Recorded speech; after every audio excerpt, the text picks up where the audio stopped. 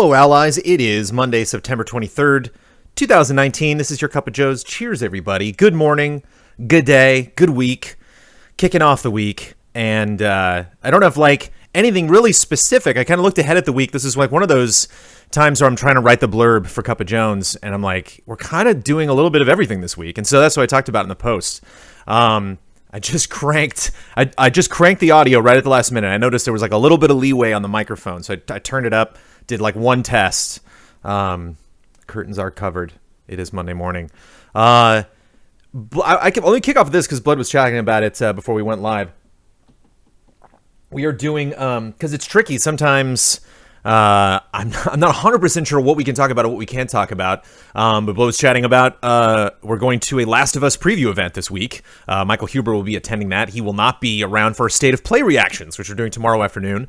We are figuring out today at our monthly meeting, which is this afternoon, specifically who is going to be at the State of Play reactions. I am tempted to see what is at that, but I don't know if I'm going to have time. And Hitman Haven Island is our group stream game tomorrow night. Among possibly other things. We'll definitely be playing Hitman. Unfortunately, Huber will not be at State of Play, but Huber will be going to that Last of Us event. So a good week for Sony fans. It'll be interesting to see where we're at with the PlayStation 4/5 at this time next week. I talked about a game I reviewed last week. That game was Groundhog Day Like Father Like Son. My review went up last week. I actually have 2 questions about it in this episode, so we will get to that soon enough. And I cut a review last night that I'm not sure if we can talk about that has an embargo today, that I need to do a couple more, at least one VO pickup after this episode of Cup of Jones is over, and then I'll have that video done, and hopefully you'll watch another review today, and there's some other reviews. Blood's working on a review, Damiani's working on a review, at least those are coming, ASAP this week. I know the Damiani's, I don't know about Blood's. I don't want to label that as far as Blood's schedule. Blood's like, man, I'll get this done as soon as I can.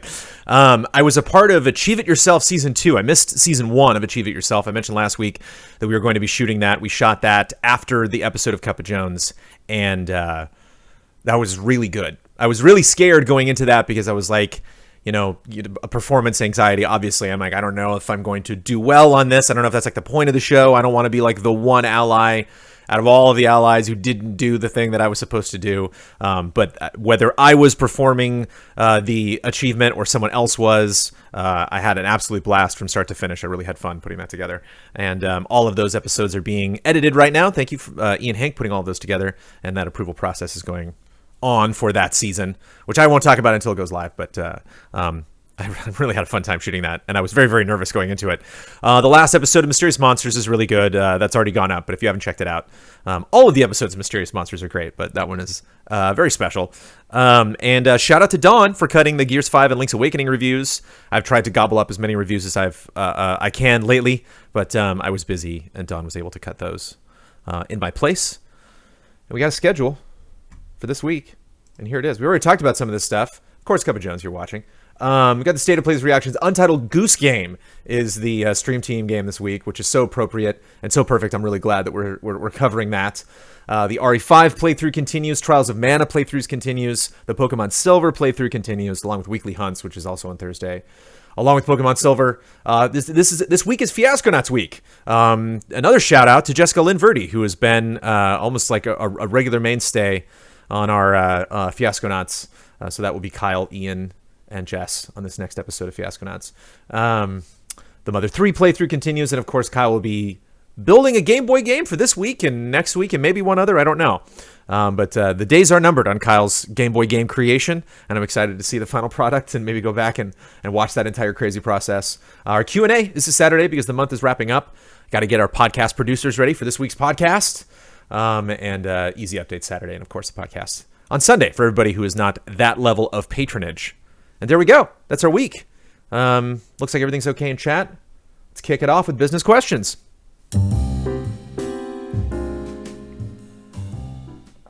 Has there been a noticeable impact since Phase 4 was implemented, or does there still need to be more time to properly gauge what has been worked on, what has worked, and what could still use some tweaking, asks Brandon K. Gann. Both. Yeah, Phase 4, Easy Allies is constantly an evolving thing, so, even if we did something, I don't think we're never I think there's still what could still use some tweaking. There's always something that could still use some tweaking. We're still tweaking our anniversary celebrations when we do those every year. We're still tweaking Easy Livin'. We're still tweaking multiple shows. As I mentioned actually in the post, didn't talk about it specifically here, but Achieve It Yourself, Together We RPG, we haven't, still need to do a lot of development on that show before we kick that off. We started Gundam streams, but what's the magic thing that I'm looking for? Prison of Love is in development, has been shot, and has been trying to piece that together. And of course, the Trailer Jones, the graphics Trailer Jones Odyssey continues. So there is some still stuff that is being tweaked that is planned for Phase 4 anyway. But I would say the success of Phase 4, more than anything, is twofold. One, we did not see this. It did not appear to be detrimental to our Patreon in any way. We were basically around the same level as we were on Patreon, and so we didn't necessarily make the Phase 4 changes because we wanted to see this humongous boost in our Patreon. We just didn't want our Patreon to be adversely affected by it because we wanted to change our schedule into something that we were very excited about. And well, actually, somebody asked a question that pertains to this. I should have put next, but pertains to our morale, basically our interest in working for Easy Allies, our interest in producing all of the new shows, our interest in doing what we do here. So that is that's the number two thing, the metric that I really wanted to go up, which is basically everyone's general satisfaction with their job and their shows and their position at the company and the stuff that they are working on. That all everybody seems to be pretty excited, and that was definitely something that I gauged after I came back from paternity leave when I started to spend more time in the studio. And it's nice because you get there a little early for something, you stick around a little bit late for something, and then you're automatically kind of signed up for the next thing or the thing before the thing you were doing. And so it's nice to kind of like overhear streams as they're going on, pop in and check in on how Gundam went. And Blood agrees with me. Yes. Yeah, I think morale is the main metric, not just internally, but with the audience as well, of course. And so that was the big thing, to kind of check in with the allies. Is this working? To check in with all of you. Cup of Jones, does this work? I have this idea for doing single episodes of Trailer Jones. Does that work? What issues do you foresee with that? Of course, Cup of Jones here. It's a wonderful platform to be discussing all of these things.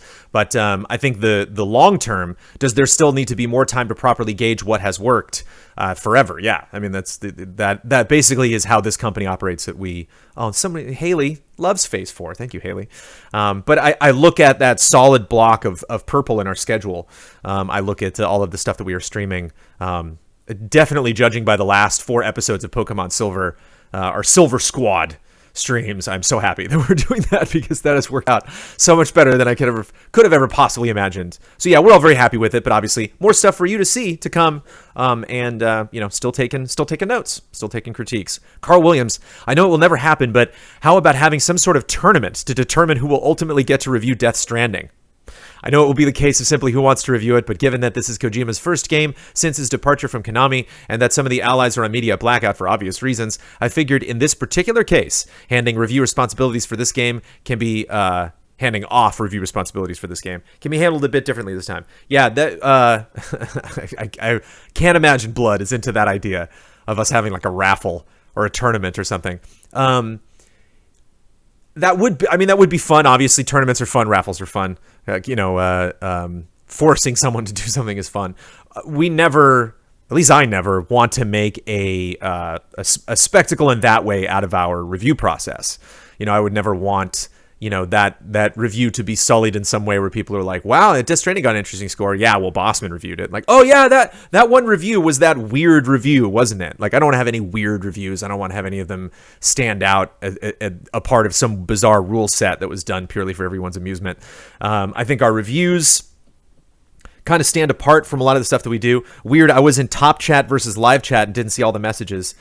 Check the top in your chat window, fam. Oh, interesting. Top chat versus live chat. What? Top chat?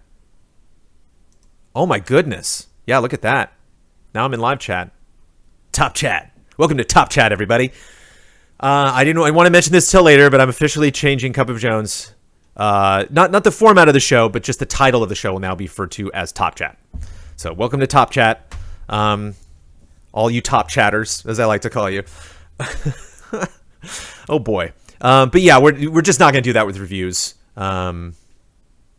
probably ever. And definitely not with Death Stranding. Death Stranding is way too important.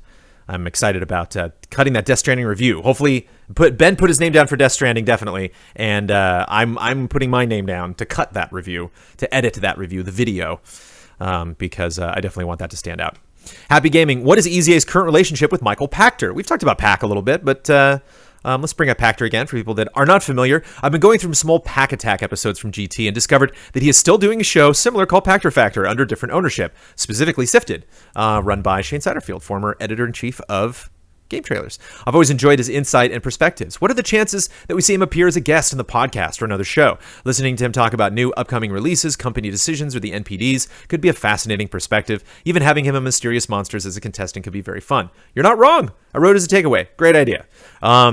EZA's current relationship with anybody that used to be back at GT is reliant on them being I don't know if he signed a contract with Sifted. We've never reached out to him to be on Easy Allies stuff. That would be fun, though. It'd be, I don't know, he'd be a very interesting Mysterious Monsters contestant. It'd be interesting to see Pachter next to someone else wacky. I'm curious who we could get on, let's get like the angry video game nerd, Michael Pachter, and Arlo the puppet. Let's have that be an episode of Mysterious Monsters, please. Love Pachter, though. Definitely check out sifted.net. And check out Pachter Factor. For the record, Pachter Factor was what I wanted to call it back in Game Trailers. We said we're going to get Pachter on, and I was like, Pachter Factor. Oh, Pachter Factor. And they were like, no, Pack Attack. And actually, it's really funny. If you go back, I know there was a tease from Batman T. I know. If you go back and watch the first episode, if you can find it, I don't know if it still exists. The very first episode of Pack Attack's really funny because Pack's like all angry. He's like, "What's up? I'm Pachter. Time for the attack." And then he gets all angry. And then the second episode, he was just like, sitting at a desk, regular Pachter. But that was like the premise. We were like, it should be the Pack Attack, though. You should be angry. And he's like, it's just not me. Riley Donahoe, would you ever consider releasing Mysterious Monsters for a home play in some form? I think it would be pretty fun to play with people at home. You can make it a Patreon exclusive reward if need be. So basically the game that you're looking at, you play that game at home. What you don't see every single episode of Mysterious Monsters is lots of technical fixes during the show. So sometimes something with that game might not work, or some score might not be tallied. Some question might get asked a second time. I've seen that happen on recordings of Mysterious Monsters where they were like, whoa, how did that question somehow make through the cracks? That game works very well for the most part, but whenever they shoot it, Ian and Jason are on hand just in case anything goes weird. So there would need to be a lot of bug fixes in order to get that public ready. That takes a lot of time. I don't know if then necessarily that there's a benefit, for just a couple dozen people getting the game and then having taken that much time to make sure that it is home ready. But that would be fun. And, I put it in takeaways. It's just that's the reason why. That's probably not a practical request, but I will let the guys know. Lucas, while I was watching the podcast on YouTube, an older episode of the podcast appeared in the suggested videos on the site. I realized that if I didn't know about EZA, there isn't any indication that the podcast is even about video games. I was wondering if there's a particular reason the EZA podcast doesn't have descriptive titles like Frametrap and Friendcode do. Since you already take the time to do timestamps, you could just take the first 3 of those and string them together. Project Resistance, Ring Fit Adventure, and August NPDs. Kyle is very particular about what to name the podcast and what the thumb looks like for the podcast. I will throw this at Kyle. I will suggest it to him. Ultimately, it's his show. Blood can make requests on how, the Easy Allies podcast is handled on YouTube. But ultimately, it's Kyle updating all of that stuff. And Blood adds, the Mysterious Monsters home versions have been brought up many times, but it would be a gigantic undertaking. One thing, for instance, it would need a lot more trivia questions and false answers. False answers is a good point. And yeah, it would have to have all that organized. And just, again, games are hard. Releasing a game is a scary thing when it doesn't necessarily work all of the time. And they would have to, a lot of time and effort would have to go into making that home ready. That's not a terrible idea. But again, if I throw that at Kyle and he's like, yeah, I've tried that before, or I'm nervous about doing that, or he's like, I made a change before to the title of the podcast and the viewership dropped by 10,000 views. Like, okay, then don't, no need to do that. That would be nice, especially considering, could be nice, especially considering a lot of people check out our podcast and nothing else, or discover our podcast first before anything else. Dan Straker, often you and the allies talk about feeling exhausted from busy schedules, and especially, of course, now that you're a father. Yet you all show up as pretty conscientious and professional in your shows and programs, rather than grumpy and miserable. How do you do it? Is this just a part of being a performer, and to what extent are you or other allies biting your tongue or having to hide your exhaustion in any given show or stream? I'm always hiding my exhaustion on Cup of Jones. For real, though, I didn't get a ton of sleep last night. But Cup of Jones is so much fun now. I really, really enjoy it. It was fun before, but I really enjoy the new format. And I can really just get through this episode. We do it because of that fun morale thing that I was talking about. That's why morale is so important. Because we really do need to enjoy what we're doing. We talk about bits on the podcast and whether people are into them or not. We talk about reactions that we may or may not do and who's going to be ready for that. And that not only has to do with who is wants to do a reaction, but who's available for reaction. What if we were just up the night before? What if I have a big shoot today? Because a lot of times if we don't do reactions, it might seem odd. Everybody dropping owls. You're killing me in chat. If people have time, to do it, if it's something that's important, for example, if it makes sense for Huber to be around, if they're having Last of Us reactions, well, he's actually going to the preview event, which you don't see, but you will see later. Or, they plan reactions for that time, but we, had planned to shoot Achieve It Yourself or Mysterious Monsters or Fiasconauts, something that you don't see while it's happening, but you will see the evidence of after the fact. And so everything needs to be that perfect mix of we are alert, we're awake, we knew that this was going to happen several days in advance, we planned for it, and it's something that we want to do, something that we're excited about. So keeping that conscientiousness and professionalism was a big part of why we made the Phase 4 changes that we did. We want to be invested in the stuff that we're doing. We want you to see that investment. We want to be excited. I am excited to be here. I love all of you patrons. I am enjoying myself right now. I am not faking this. Am I tired? Yes. Do I need to have breakfast? Yes. Do I have a busy day ahead of me? Of course. But I love my job. I'm very lucky to be doing what I'm doing, and I'm having a blast. So that needs to keep going. When that doesn't happen, that's a red flag. And that doesn't necessarily mean that, my job is never work. There's a lot of work involved in this. It was tiring putting that review together last night, but I'm happy to do it. I want our reviews to be as good as they possibly can be. And so, we just got to keep each other happy, keep ourselves focused on the stuff that we want to do. Yeah, can't be thinking about Batman for tomorrow. If somehow Batman happens, great. Can't be in that mindset. Asbo Zapruder.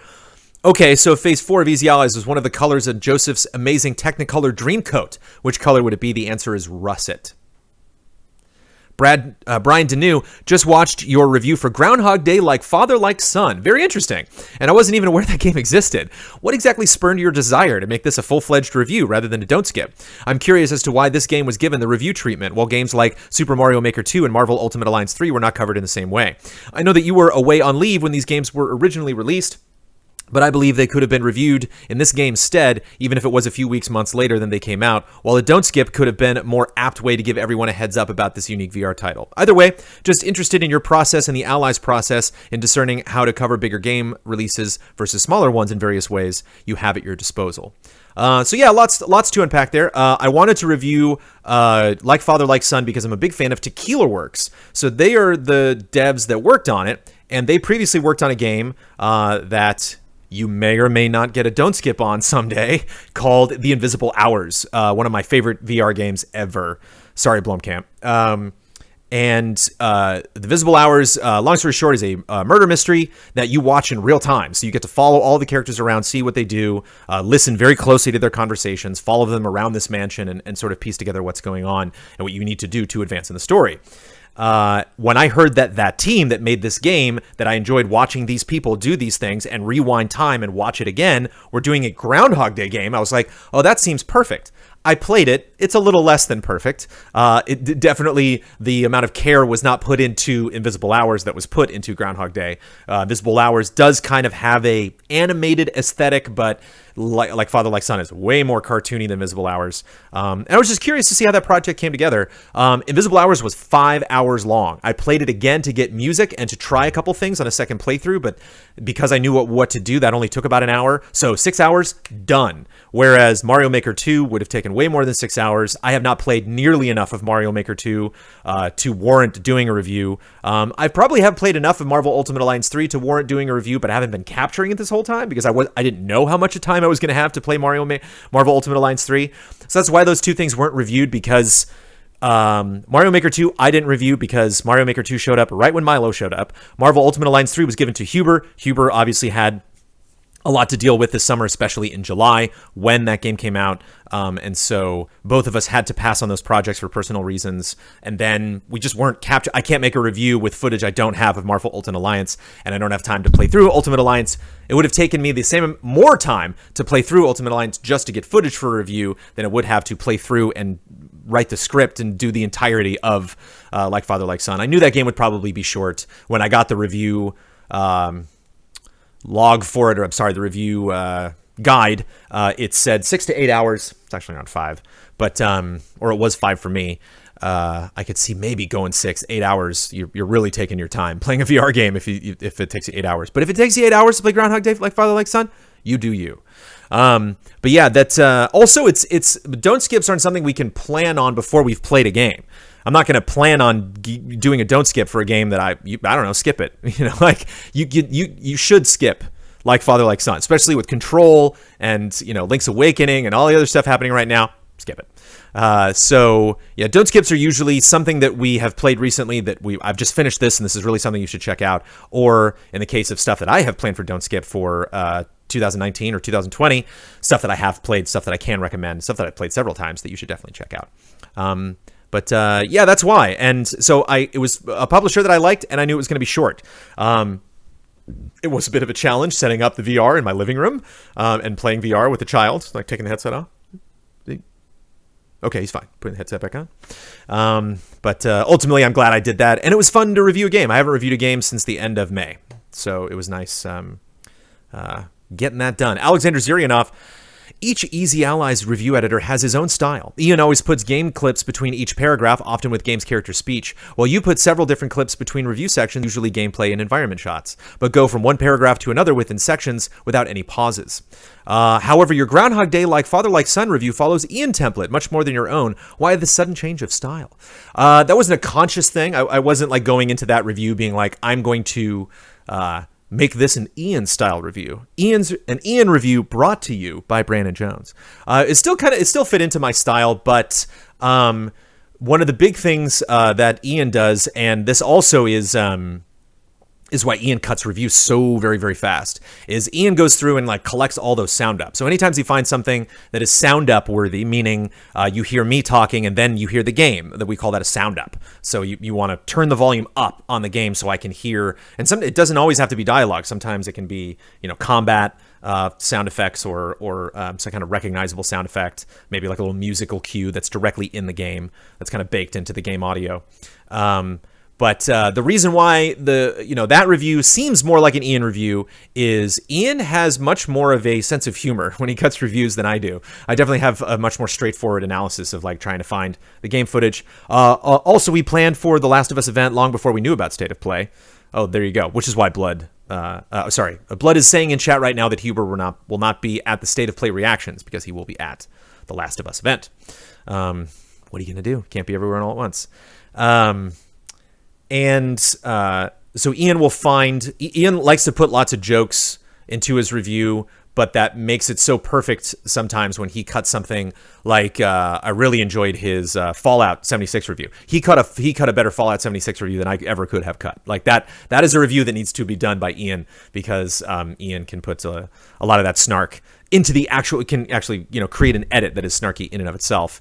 Groundhog Day Like Father Like Son is a very snarky game. It's a game with a lot of jokes, a lot of sound ups, a lot of dialogue. And so not only was I grabbing those clips as I went through the review, I remembered them. I knew what they were talking, I knew these lines from these scenes. And so I just put a lot more of them in there. So it actually was not a change of style, because if you think about it, when I typically grab those shots for like action shots and stuff, and there just were no action shots. That the type of footage I used to do for my usual gameplay and environment shots just would not have worked. I could not have done that if I wanted to. So, like father, like son, forced my hand to change my style. But I love that you picked that up. A lot of people don't talk about the difference between Ian and Don and Brandon reviews.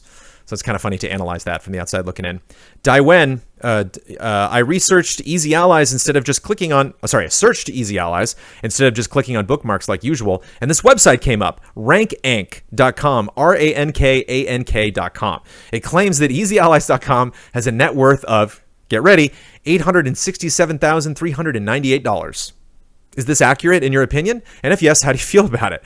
It also says the website gets almost 2 million unique users a year. That seems great if true. I don't think we get 2 million unique users on our website. Probably not. EasyAllies.com definitely does not have a net worth of $867,398. Bradley Speeds, cash out now. Time to sell out, everybody. I hope you've enjoyed everything that Easy Allies has produced. See ya. No, Easy Allies is worth whatever Easy Allies is worth. EasyAllies.com is not.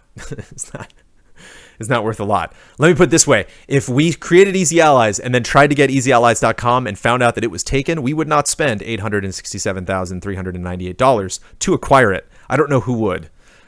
So Easy Allies may be worth one thing, and maybe we can return to that question if somebody asks it at a later date. But EasyAllies.com, that's a little high of a price tag, I think.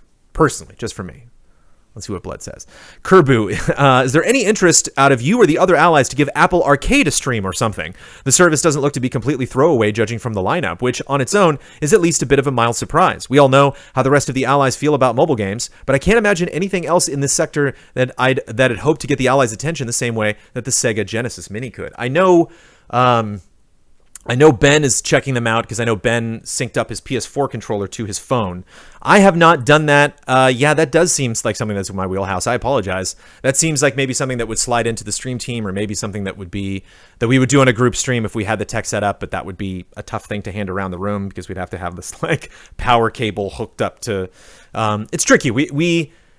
Apple Arcade's a weird thing. I don't think Easy Allies is prepared for Apple Arcade. So apologies that we didn't jump out with coverage of that right away. I'm surprised actually Bossman didn't bring it up on the podcast, but we had that amazing ESA document that I have no regrets that we went through about their plans to change E3. I will... I don't think I put Apple Arcade in takeaways, but I'll mention that at the meeting today and see if anybody's interested in streaming some of that. But I think that was of a quality and a variety and an importance and a relevance to our industry all a little bit more than all of us were expecting. So yeah, I think that one slipped through our fingers. Apologies that we did not cover that the way we've covered other stuff. Bryce Hornsby, I have not checked it out. I'm not like in a rush to give people more money to buy games that I'm probably not gonna have time to play. So I don't know if I'll actually invest in Apple Arcade because I already have iPhone games on my phone that I want to play that have not had time to. So it seems a little silly for me to spend $5 a month to put more games on there that I'm not gonna play. But maybe I will get around to it. And kudos to all the devs that release stuff. I'm definitely, lots of fun names on that list. Bryce Hornsby, I recently moved to California with the military. Thank you for your service, sir. And I'm only a couple of hours from LA. I think I know where you are. With that being said, I was wondering if there was any news on the live show and meetups. The live show, I guess, meaning our anniversary live show. No news, no meetups planned right now. Nothing on the calendar. And no news yet on the live show, but we do a... we do lots of live shows, but specifically if you're meaning our anniversary show next year in March, which is only like 7 months away, 6-7 months away. We are at the halfway point. Time to start thinking about it. Time to start planning it. It's time to start making reservations. We're gonna do. I can't make promises because I still have to talk to all the other allies about this. But I have ideas, and I definitely want to do a much different anniversary show this year. Before we do a big show where you go into an audience and watch us go on stage and do a bunch of big wacky stuff. I want it to be something where we can spend a lot more time with all of you, which is really like the best part of that. It's really nerve-wracking putting that show together, and then we only get really just a tiny bit of time to hang out with all of you. So we have lots of ideas about trying to find some kind of happy medium there. And there will be more meetups in 2020 that we will talk about in 2020. But nothing right now. Congratulations on the move. Welcome to California. Hopefully you can drive on over and hang out with us soon. Max versus the games. I understand that wanting to stream new games as soon as possible while it's the gaming zeitgeist, like right as it's available to download, might seem like the way to go. But it's not as great for many of us who want to play both the games ourselves and watch you guys play it live without being spoiled. We're basically forced into choosing between watching you guys play it, but having the whole game spoiled for us, or playing the game first ourselves and then watching the VOD, which is always a lot less fun than watching it live. Aha! Max versus the games, you have 3 options. You have neglected one important option that you have. Option number 3 is playing the game yourself and then not watching anything we do. That is also an option. You can also play Link's Awakening yourself and not watch Damiani stream, which I'm guessing this is referring to. Maybe just waiting a day or two, to give those of us with that problem some time to play it first would be a solution. I was wondering what are your thoughts on that, and if you would discuss that other issue with the allies. I'll bring it up when people are talking about it, but I have no regrets over streaming Link's Awakening because a lot of people had played it. The ratio was pretty good for people that were going to show up in that stream and not have that game spoiled for them. Some people weren't playing there because there's lots of different factors, lots of different types of audience members. People who aren't planning on playing Link's Awakening and don't care. People that are planning on playing Link's Awakening and don't care. People that'll play Link's Awakening alongside Damiani. People that have played Link's Awakening back in the day and aren't necessarily bummed about spoilers. And so definitely those types of streams are geared toward that audience. Doing that type of stream right at launch is a very classic Damiani thing. And it's also something that we don't do that often. I was tempted to do it when Red Dead came out.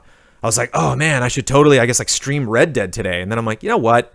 I've played so much of that game, and I worked really hard on this review, and I kind of want to step away from this game. And so I kind of go through that period where every time I hit an embargo, I always think well, when this embargo lifts, should I just stream the heck out of this? And it's now is the time to pass that off to our audience, have them enjoy it. They got our review. They know what we think of it. Maybe we'll stream it later.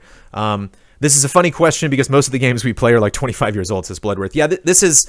I think Max, you're coming off of Link's Awakening. I think that just happened, and it's funny that you didn't bring it up by name because we don't do this that often. And the last time we did it was last week, and it was Link's Awakening. It was a game that that Damiani could play very quickly, and I think didn't play right away because we had that power outage. So this is a very rare thing that we do. When we do it, you're right. We are alienating parts of our audience. I don't feel bad because it isn't something that we do all the time. If we stream something new, it's usually on the group stream. That's usually is a day or two or maybe a week after it launches. If this is a disturbing trend that you see us doing more and more often, I will try to be aware of it. And if we do it too much, let me know. Fluffhead 101, Fluffhead 108. Fluffhead 101 is a completely different person. At one point, do we start worrying about the fact that the podcast sponsor slots are not... at what point do we start worrying about the fact that the podcast sponsor slots are not being filled? Is anything being done behind the scenes to try and spread the word that those sponsorships are available? Has anyone turned you guys down because they thought it was not worth the investment? No, that's never happened. We've never reached out. We never called someone and give us $500. And they're like, no. We're like, hey, give us $500. And they're like, no. I'm more curious than worried, but it has been a while since we've been rocking full roster. It's true. It is catch-22 because the fewer sponsors that we have, the more focus goes on the other sponsors. The fewer sponsors that we have, the shorter podcast halftime is. And you're really talking about $2,000 a month, which in the grand scheme of getting money from merchandise, getting money from Patreon, getting money from YouTube, getting money from Twitch, isn't something to sneeze at. $2,000 is a piece of equipment that we could buy in the month. $2,000 can get us a lot. For $2,000, I could have removed so much cardboard from our office. You have no idea. But worry, I think, is a strong word. We have talked, ever since Easy Ally started, we've talked about possible ways that we can change up how we do sponsorship. Possibly not doing sponsorship through the podcast, through our Patreon. But as it exists right now, it's a little tricky because it kind of sits, nothing really sits on top of our Patreon because anytime people join our Patreon or leave our Patreon, that number is going to go up or down. It's just the fact that when you have a $750, $500, and $250 tier, one of those goes away, one of those stays away for a month or two, and it definitely, you notice that. You definitely notice that, if those 4 sponsors did sponsor the podcast, 48 would jump to 50K, we'd be above 50K, which is wonderful. Any month that we get more money than the last month, or any month that we know more money is coming in. Bloodworth says, correction, there have been people who want to advertise by just sending product and have told us that they couldn't afford the podcast slot. Oh, okay. Thank you, Blood. Not that I'm worried about those companies, but thank you for clarifying that. Damiani actually went home and finished the playthrough. That's true. He played that late at night. I know that because I was up at like 6 in the morning feeding my son and watching that stream. But yeah, stuff like that does spark conversations behind the scenes. When we notice we have a slot open, we always, make sure to tweet out or reach out to people that, might, we have people that are kind of waiting in the wings, like we have someone like a Sweet Justice who isn't sponsoring us now, but has expressed interest to come back. And so we want to basically, we want to try to exist doing both things. Like, we want the sponsorship to be there and available for people that want to support us at that level, but it doesn't, spoil the company, and certainly doesn't get us worried to the point that we think it's affecting the company negatively if those sponsorship slots aren't filled. Josh Reed, are you planning on doing a new promotional video on your main channel highlighting the new schedule for streams or for the Easy Allies Plays channel? Easy Allies Plays has fewer than 30,000 subscribers compared to well over 200,000 on the main. A lot of these people are missing out on some great content, particularly post Phase 4. The channel desperately needs a new promotion on the main channel. Bloodworth, with a sizable post, writes back, we are working on a promo that covers everything, and I believe Easy Allies Plays is included in that. Just stopping Bloodworth for a second to talk about that promo. I really want to get footage of Trailer Jones and Prison of Love in that. So I'm not, like, the promo isn't finished and literally has those clips empty. Like, I've waited to put that on a front burner because I'm waiting to get footage of both those shows.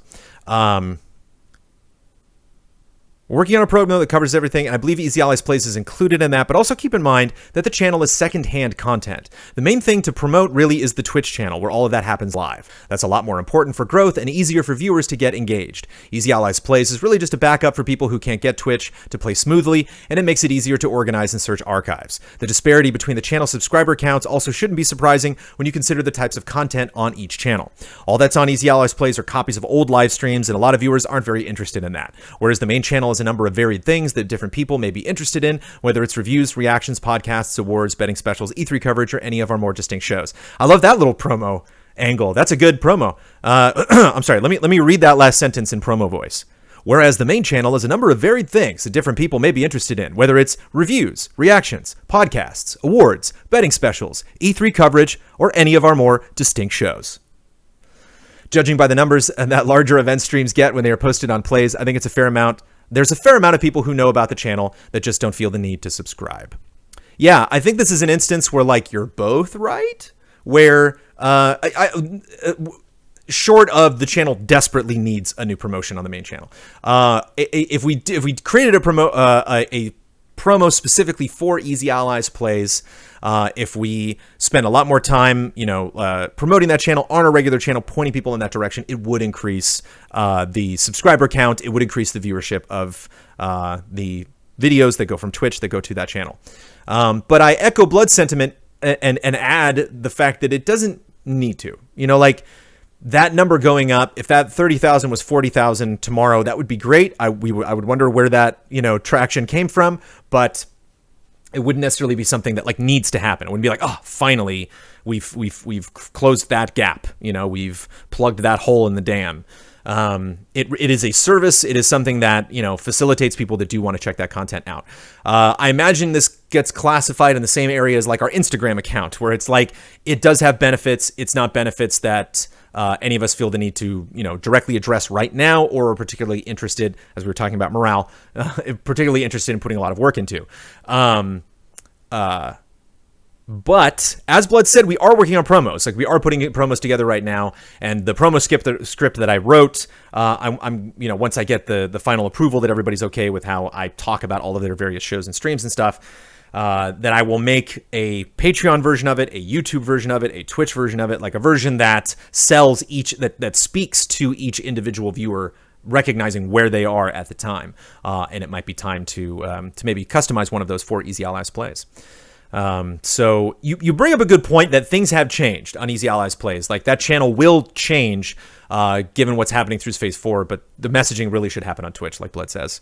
But thank you, Josh. Josh actually has a wonderful comment replied to that. Josh is very invested in Easy Allies Plays. His reply is waiting for you on Patreon if you want to go check that out. Tahitian Warrior, 2 suggestions for your Twitch channel. Weekends are slow. You should do the reruns on those days in chronological order. Can't we take the weekends off? Come on, man. Tahitian Warrior? Take the weekends off. We can't see the top bit gifters anymore on top of Twitch chat. Interesting. You should put it back up as it will entice people to donate more. Huh. I didn't know that. Didn't know that was a thing before it wasn't a thing. But I messaged that to Michael Damiani. Haven't gotten a reply yet because I messaged to him late last night. And reruns is another thing that potentially if we, shift up responsibilities and bring in other people that are working on that, that might change in the future. How we handle reruns, how we basically handle how much is going on that Twitch channel. Shouldn't be out of the ordinary. Shouldn't be a surprise to people who have watched regular episodes of Cup of John. So that's something that I want, but not something I'm really focused on right now. Yeah, we're just not fans of the bit leaderboard thing. Oh, okay. So that's intentional. The top bit gifters anymore. According to Blood, we're not fans of the bit leaderboard thing. Maybe we'll bring it up in the meeting. Beaten Down Brian. It's been said in the past that the episodes of Spoiler Mode have been a good driver for new patrons. With that in mind, would it be worth making just one of the older episodes available to the public as a way of reminding them what they're missing out on? Just as it's been a long time since the God of War episode. For my 2 cents, I'd either pick Resident Evil 2, Kingdom Hearts 3, or Sekiro, just as those games sold so well.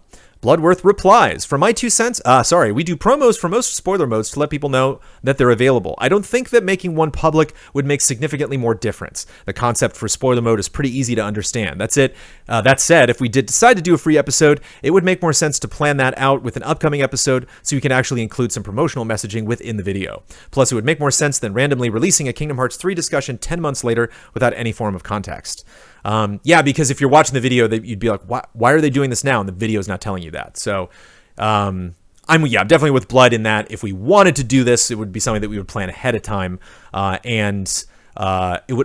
other thing about spoiler mode is that it's one of our rare shows that shifts responsibility from a producer standpoint, depending on what game it is, because the person producing it is always the person that is like reviewing the game or, making the point to bring up that, hey, I'm going to go see this movie. Anybody else going to go see it? We should do a spoiler mode on it.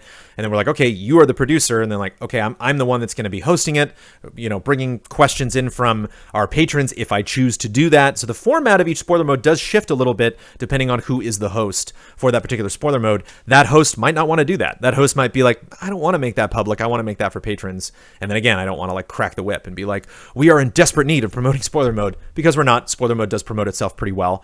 And I trust Bloodworth's opinion implicitly with this, because he is the one that is posting all of those things. He is the one charting that progress. He is the one that sees that promo go up and sees all of the traction directly from that promo. So he's the one that basically doesn't create those promos, but he's kind of the producer of those promos when we make them. Okay. Spoiler mode, Bradley Spees. Spoiler mode is a hard one to do a free taste of, since there's lots of people who will only be interested in one game and have no particular desire to see the rest of the series. And Damiani says, yeah, fair point. It's not really a series in the typical sense. So if this makes sense for this to happen, we'll do it. But again, it's also tricky because that spoiler mode traction, the exclusive shows that we do, are like the number one driver on our Patreon. So it's weird, we don't want to ruin a good thing. It's kind of tricky to take that thing that's going so well and be like, hey, it can maybe do even better.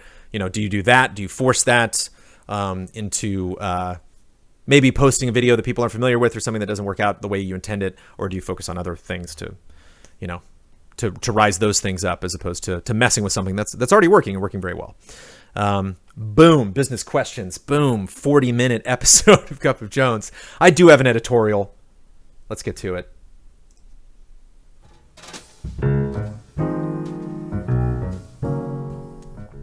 Hi, I'm sad.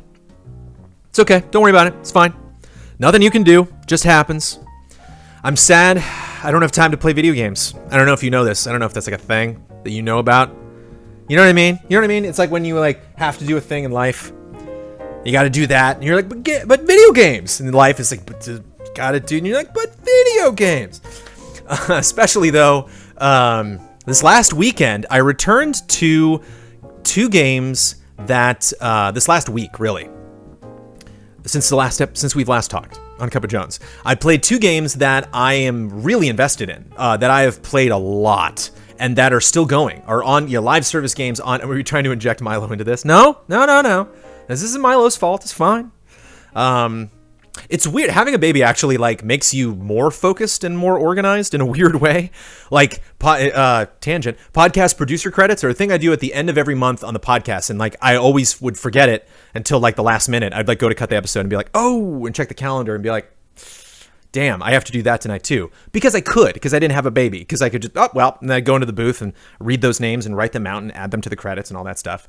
That would kill me if I forgot that now. And so even though I have the kid and I'm a lot more stressed, not necessarily stressed, but just find my schedule in upheaval a lot more than usual. I am way ahead of that. I already have half of it written and I don't have to do that until Wednesday night. So I get podcast producer credits done way earlier now. But anyway, Blood doesn't have a baby and he doesn't have time to play video games either. I know, that's what I'm saying. It's just kind of a general, it doesn't have anything to do with babies. It's just this general sense of not having time to play games. But specifically like live service games. This week, I went back to, specifically this weekend, I played Fortnite again, played Battle Royale again. I was not expecting to do that.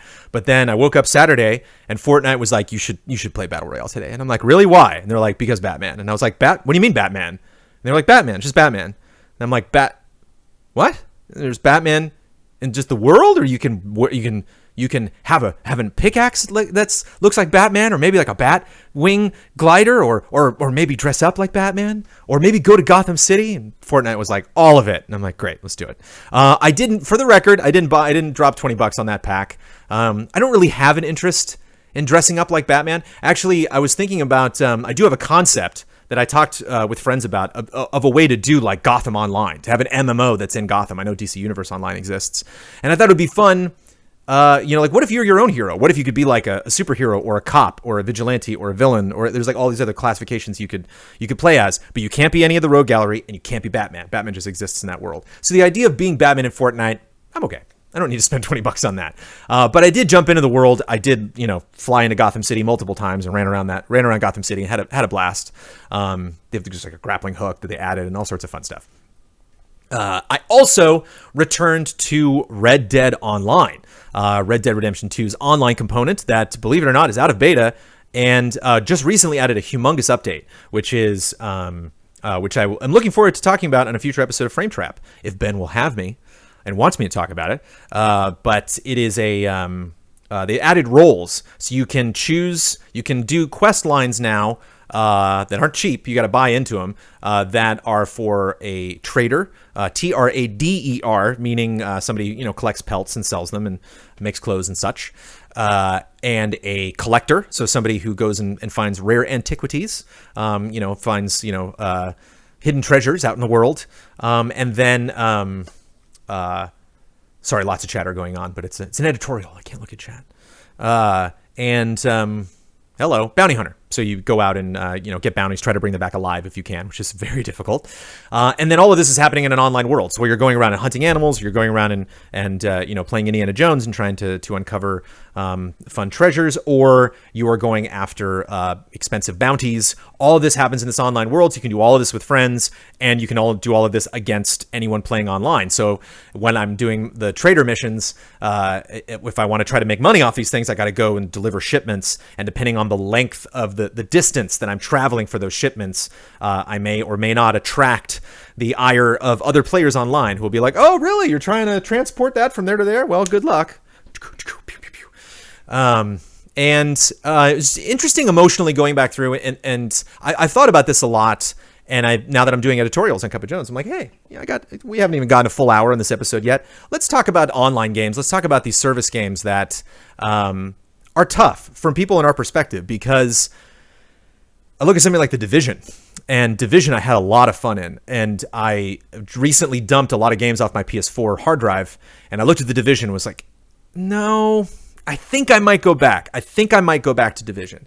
And, you know, when I boot up Fortnite again and I'm on page 8 of 19 in the Canny Valley, and when I finish page 19 of the Canny Valley, I can finally move on to Twine Peaks, which is Area 4. When I move on to Twine Peaks, Area 4, the last area of Save the World, the single player, like, what? It's the Save the World, the boring single player portion of Fortnite.